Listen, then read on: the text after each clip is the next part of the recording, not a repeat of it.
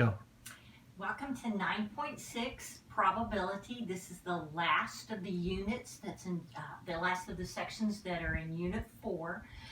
Probability is also the primary thing that would be on Quiz 6. So it's the last of the things that you have to do, plus one of your final quizzes that you're doing is Quiz 6, and it's over nothing but probability.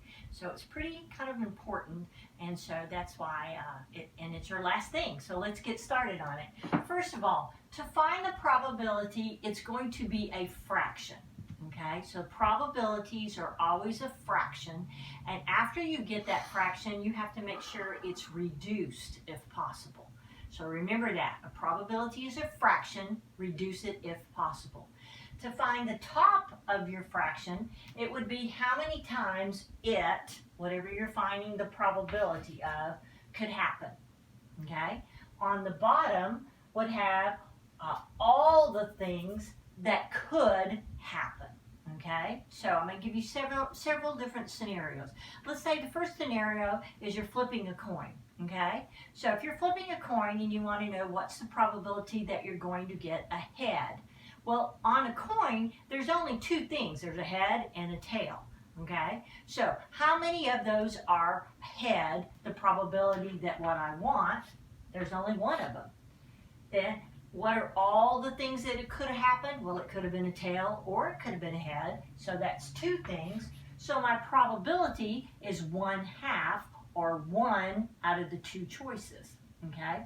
So let's talk about some other probabilities that they're going to ask you about. The first one that they're going to talk about is a die, which for those of us that are normal redneck people, we call those dice. They quit calling them dice in the textbooks because they didn't want to compare it to gambling. But a die just means a dex. Now, if you've played any of the video games or board games, you go that a standard dice has 1, 2, 3, 4, 5, 6 on it. But there's also some dice that have 9 different sides or 10 different sides or 8 different sides.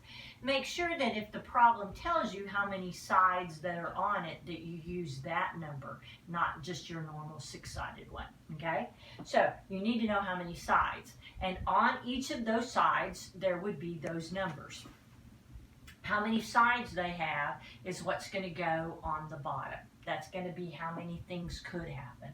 And then I'll ask you the probability of getting a particular thing. For example, let's say that I'm rolling a normal dice and I want to know what's the probability that I'm going to get a 2. Okay? Well, if you look at the dice, well, on a normal dice, there are 6 things. Well, how many of those 6 numbers are a 2?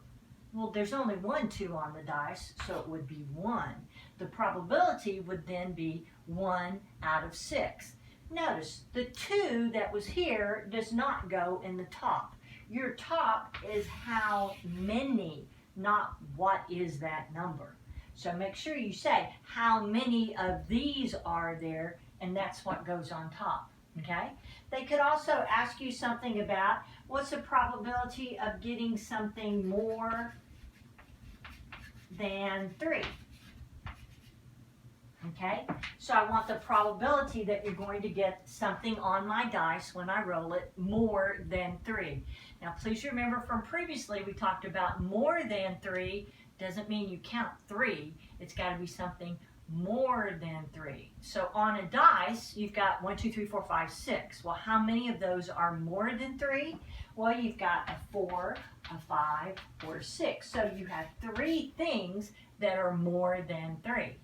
Out of how many things were there? Well, there were 6 numbers on that dice. So my probability is 3 out of 6. But remember we said you have to reduce it. Well, 3/6 reduces to 1/2. So 1/2 would be your probability. Okay? So when you're doing probability, if you need to make you a list so that you can count how many things there are to know what goes on top, that's a pretty clever little idea to help you there. Okay? All right, the second thing is if you have a spinner. Okay?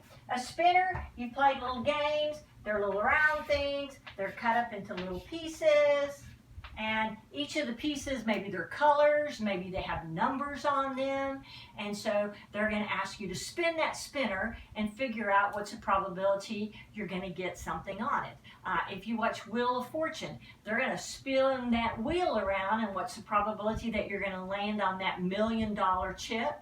Well, not very big, because only one of those chips has $1 million on it, and there's about 75 to 80 different little slots on it that it could land on. So that's how you get the probability. The first thing you need to figure out is, well, how many slices are there? How many things could it possibly land on? And that's going to be your bottom. And then how many of those slices are what they're asking you about. If I have a pie that look like this, and a couple of these are colored in, and I said, what's the probability that I'm going to do a spinner and I get one that's colored in? Well, there's 1, 2, 3, 4, 5, 6 places that the spinner could land on. That's why it has a 6 on the bottom. And how many of those are what I want, are colored in? Well, there's only 2 of them. So 2 out of 6 would be my probability. But then I have to remember to reduce it, and that would give me 1/3, okay? If there are numbers, you'll see the same thing.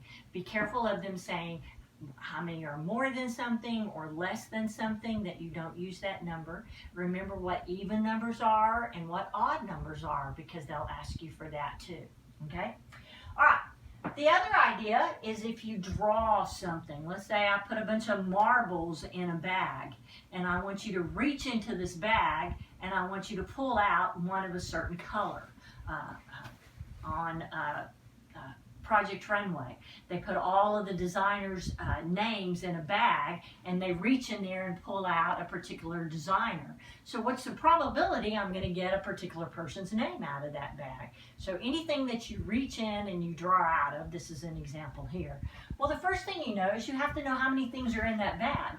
Okay, how many marbles are in there? How many guys' names are in there? How many tickets are in there for a lottery that you're going to reach in there and draw a winner out of? Okay, how many possibilities is what goes on the bottom of your probability? And then of those possibilities, how many of them are what I want?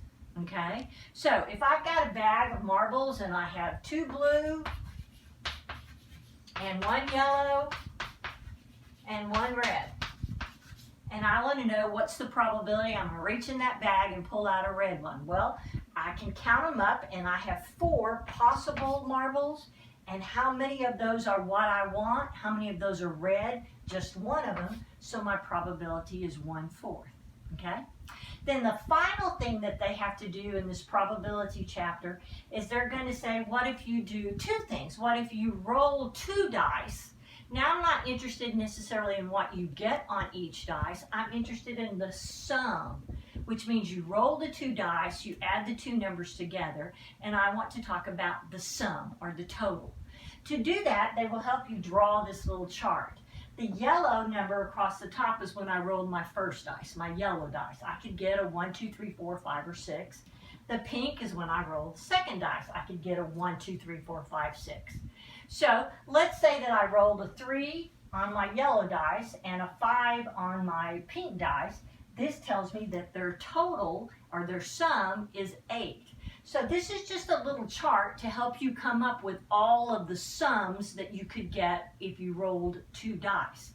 Now, if they ask you for a probability based upon this, you will notice that there are 36 different things that you could get when you add those 2 dice together. So 36 is going to be the number on the bottom when you roll those 2 dice. Then, whatever they ask you for the probability of, you need to go inside here and count them up. Let's say I want to know the probability that I'm going to get a total of 8. So I'm going to look at this chart and I'm going to count all of the 8s. Well, there's 1, 2, 3, 4, 5.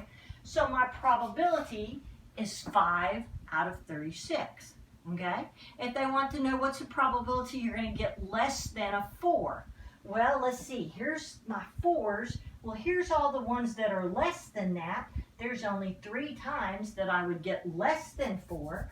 So my probability would be 3 out of 36, and oh, now I have to remember to reduce it, okay?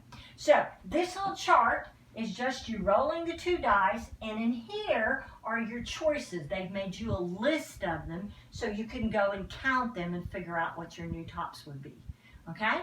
So good luck on probability. If you need some help, give me a call.